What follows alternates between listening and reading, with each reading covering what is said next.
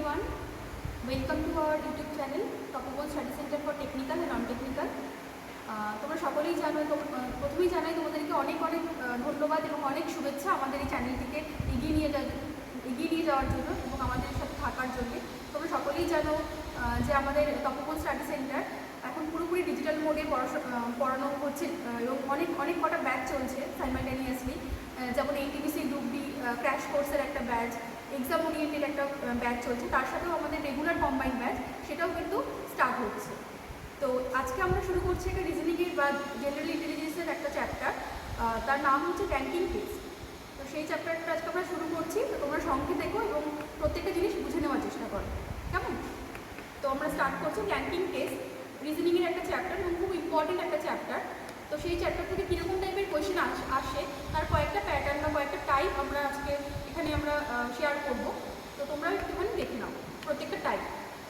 তো দেখো স্ক্রিনে প্রথমেই যে কোয়েশ্চেনটা আছে, কোয়েশ্চেন নাম্বার 1টা আছে। আর র্যাঙ্কিং টেস্টের শুরু করার আগে জাস্ট বলে দিই, র্যাঙ্কিং টেস্টের একটাই ফর্মুলা, যেটা মেইন ফর্মুলা, সেটা যদি ইউজ করতে জানি আমরা প্রপারলি, তাহলে কিন্তু ম্যাক্সিমাম কোয়েশ্চেন আমরা সেখান থেকে সলভ করতে পারি। আর কিছু কয়েকটা কোয়েশ্চেনের যেমন যদি আমরা প্যাটার্নটা বুঝতে পারি যে এই কোয়েশ্চেনটা এরকমভাবেই আসে আর সেটা কীভাবে সলভ করবো বা তার ট্রিকটা যদি জানতে পারি, তাহলে কিন্তু আমরা দেখে বা মুখে সলভ করতে পারি। কিছু কোয়েশ্চেন আমাদের কম্পিটিটিভ এক্সামের ক্ষেত্রে কিছু কোয়েশ্চেন অবশ্যই এরকম আমাদেরকে সেভাবেই প্র্যাকটিস করতে হয় যাতে কিছু কোয়েশ্চেন আমরা খুব তাড়াতাড়ি সলভ করতে পারি। তো সেরকমই দেখো question number 1, X ranks 7 from the top and 28 from the bottom in a class. How many students are there in the class? তো এরকম কোয়েশ্চেনের একটাই আমাদের ফর্মুলা, সেটা হচ্ছে total equals to top plus bottom minus 1, top plus bottom minus 1। তো এটা হচ্ছে আমাদের একটাই ফর্মুলা। এবং একটা কথা বলে রাখি, অনেকে এই ফর্মুলাটা জানে বাট ইউজ করতে ঠিকঠাক জানে না। সেটা হচ্ছে যে এই ফর্মুলাতে টপ প্লাস বটম এই যে র্যাঙ্কগুলো আছে, এই র্যাঙ্কগুলো কিন্তু একজন পার্সনেরই। যদি কোনো কোয়েশ্চেনে একজন সেম পার্সনেরই টপ থেকে তার র্যাঙ্ক এবং বটম থেকে তার র্যাঙ্ক জানতে পারি আমরা, তবে কিন্তু আমরা এই ফর্মুলাটা অ্যাপ্লাই করতে পারবো। তাহলে দেখো x ranks 7 from the top, তাহলে এক্সের র্যাঙ্ক টপ থেকে কত 7 plus and 28 from the bottom, তাহলে বটম থেকে তার কত র্যাঙ্ক 28। তাহলে আমাদের কোয়েশ্চেন বার করতে হবে কি how many students are there in the class, তাহলে টোটাল কত number of students in the class সেটা আমাদেরকে বার করতে হবে।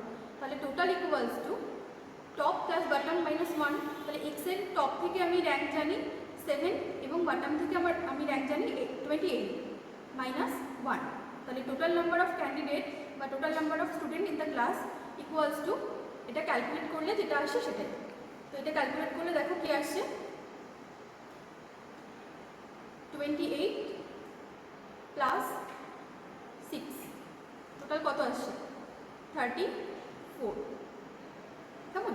তাহলে answer total number of candidate বা total number of student in the class equals to 34। তাহলে এটা হচ্ছে একটা টাইপ, র্যাঙ্কিং টেস্টের এটা একটা টাইপ।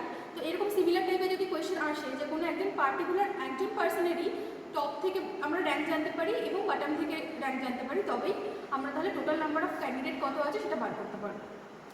এটা হচ্ছে type number 1। Then question number 2 দেখো কি বলছে, in a row of trees one tree is fifth from the either end of the row. Then question হচ্ছে how many trees are there in the row? In a row of trees one tree is fifth from either end of the row, then how many trees are there in the row? দেখো এখানেও আমাদের কোয়েশ্চেনে কি আছে, total number of trees আমাদের বার করতে হবে।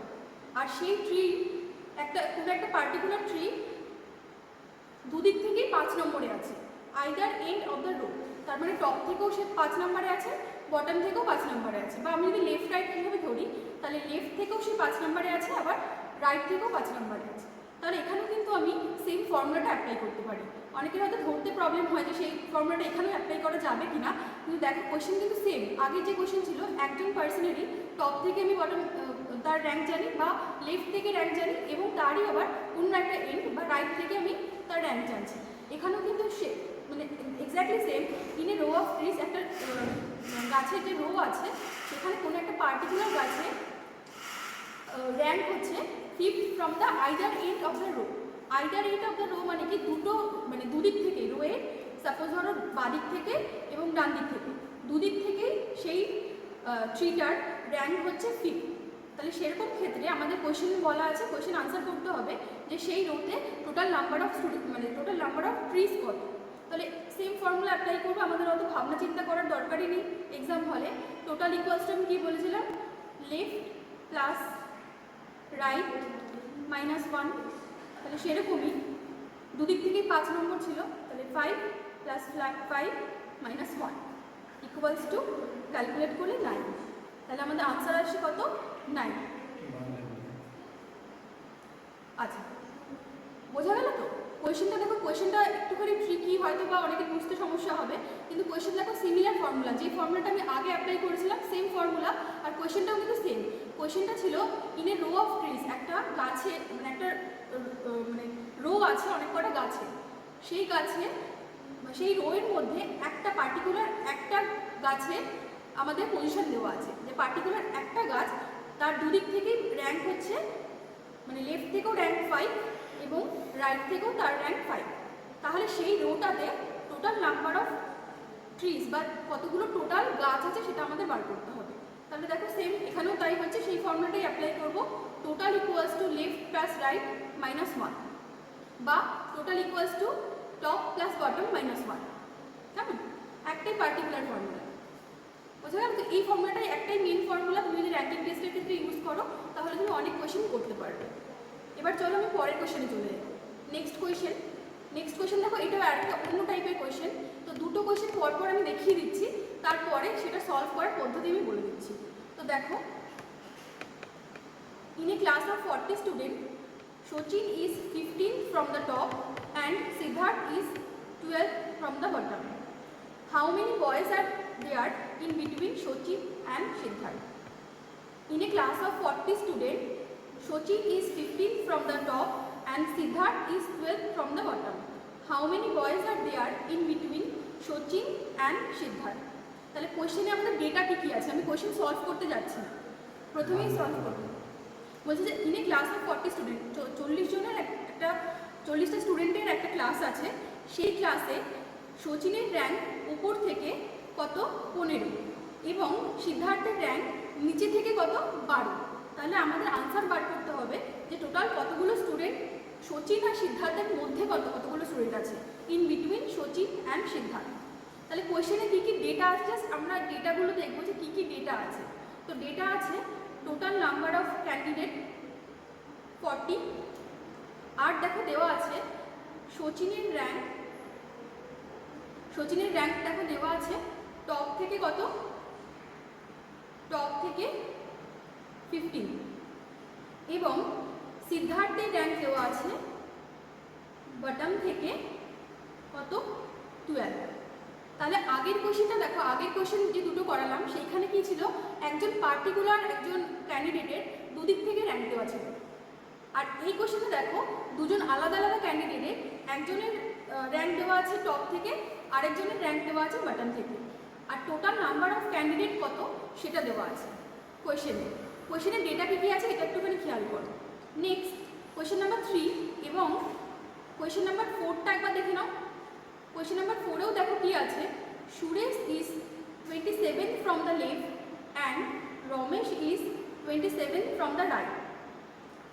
If total 49 people are in the row, then how many people is in between Suresh and Ramesh? তাহলে দেখো কোয়েশ্চেন নাম্বার 4এও কিন্তু সেম কোয়েশ্চেন, তাই না? Similar question. দেখো কী কী ডেটা আছে, ডেটা আছে টোটাল নাম্বার অফ ক্যান্ডিডেট কত, 49।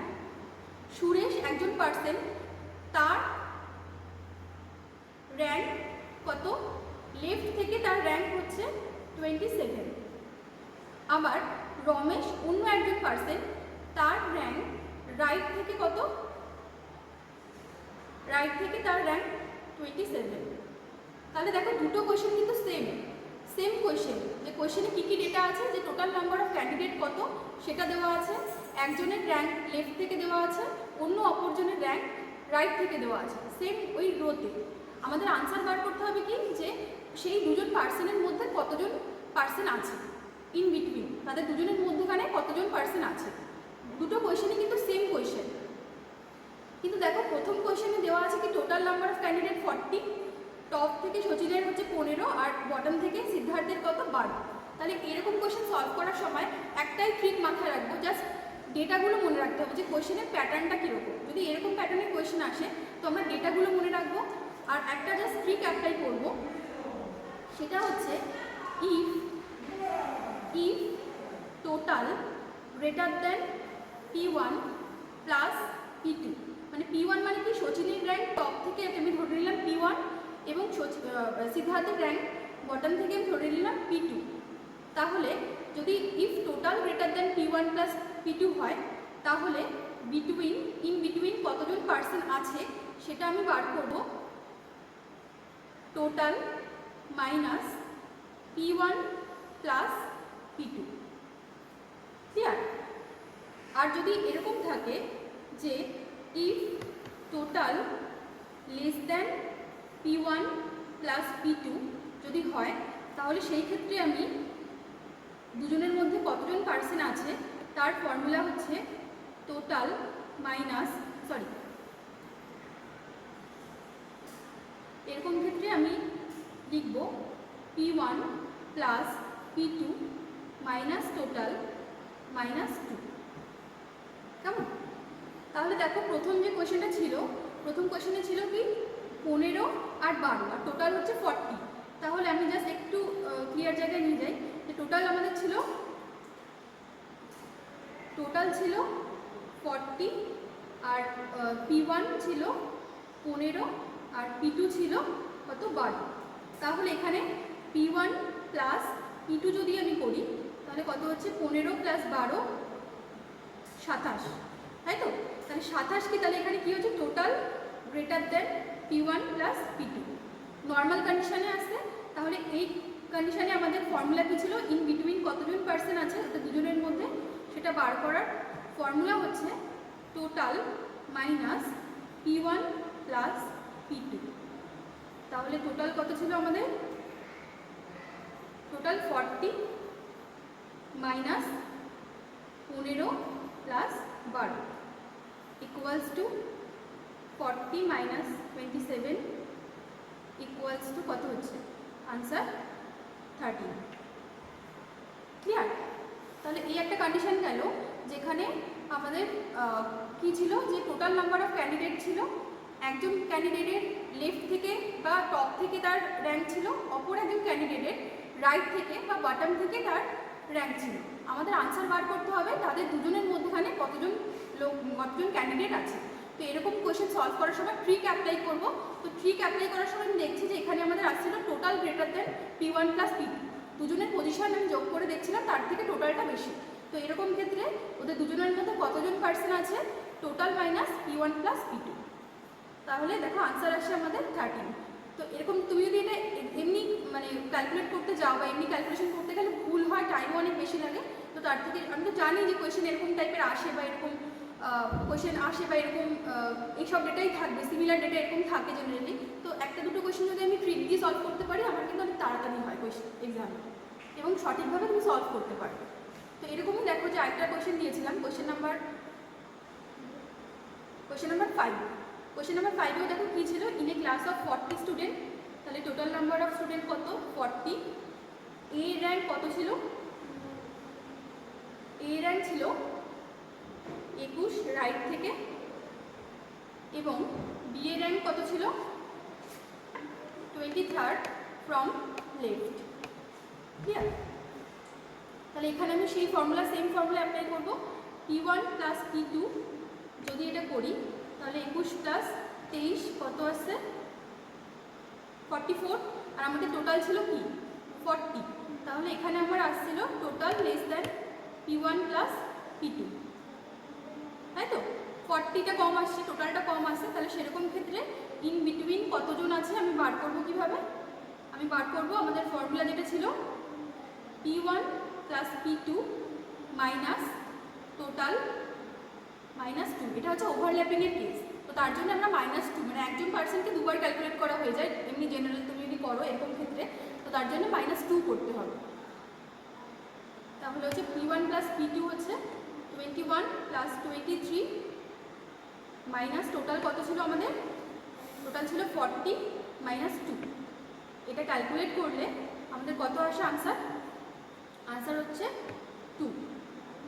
তোমরা ক্যালকুলেট করে নেবে নিজেরা, তো জাস্ট একটুখানি ট্রিকগুলো এবং ফর্মুলাগুলো মাথায় রাখবে তাহলেই হবে। কেমন? এটা গেল একটা প্যাটার্ন বা একটা টাইপের কোয়েশ্চেন। ক্লিয়ার তো? নেক্সট পরে কোয়েশ্চেনে যাচ্ছি। Question number 6। কোয়েশ্চেন নাম্বার 6 দেখো কি বলছে, in a row of boys A is 13 from left and D is 17 from right. তাহলে A এর পজিশন কোশ্চেনে কি আছে, in a row of boys A is 13 from left। তো A এর পজিশন লেফট থেকে কত আছে 13, আবার D এর position D is 17 from right। তাহলে D এর পজিশন আছে রাইট থেকে কত 17। আর আমাদের কোশ্চেনে আরেকটা অ্যাডিশনাল ইনফরমেশন আছে, সেটা হচ্ছে if A is 11 from right, if A is 11 from right, তাহলে A এর পজিশন আবার আমি রাইট থেকেও পাচ্ছি কত 11। তাহলে আমাদের কোশ্চেনের আনসার বার করতে হবে what is the position of D from left, what is the position of D from left। তাহলে তুমি দেখো আমি যে প্রথম ফর্মুলাটা পড়েছিলাম, একদম প্রথম যেটা ইনিশিয়াল ফর্মুলা র্যাঙ্কিং টেস্টের, যে total equals to top plus bottom minus 1 বা total equals to left plus right minus 1, এটাও কিন্তু। আচ্ছা, কোয়েশ্চেন নাম্বার 6। কোয়েশ্চেন নাম্বার 6টা দেখো, in a row of boys A is 13 from left and D is 17 from right. If A is 11th from right in this line, what is the position of D from right, from left?